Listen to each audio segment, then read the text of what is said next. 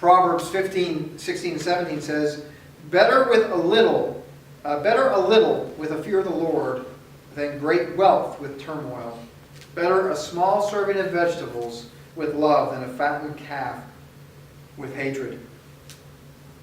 And it is interesting how a man will spend the first half of his life just striving to accumulate wealth at the expense of his health and acquire money, and then he'll spend the last half of his life trying to buy back his health with the money he sacrificed his health to acquire. At this point, in a life like that, money is no longer a necessary means to engage in society and the things that you need to live. It becomes what a person lives for. It's all about the means, and the end is irrelevant, or perhaps the end and the means have become one and the same, and thus become the sum total of a person's hope.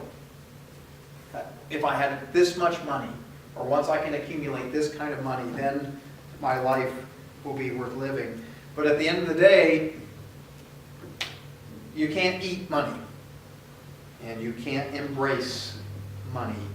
You can't laugh and do life with money. Really, just by itself, it's just a picture of some person that used to be. Verse 18.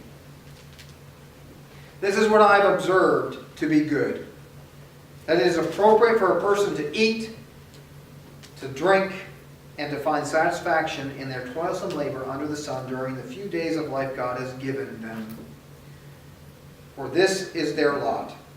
Moreover, when God gives someone wealth and possessions and the ability to enjoy them, to accept their lot and be happy in their toil, this is a gift from God.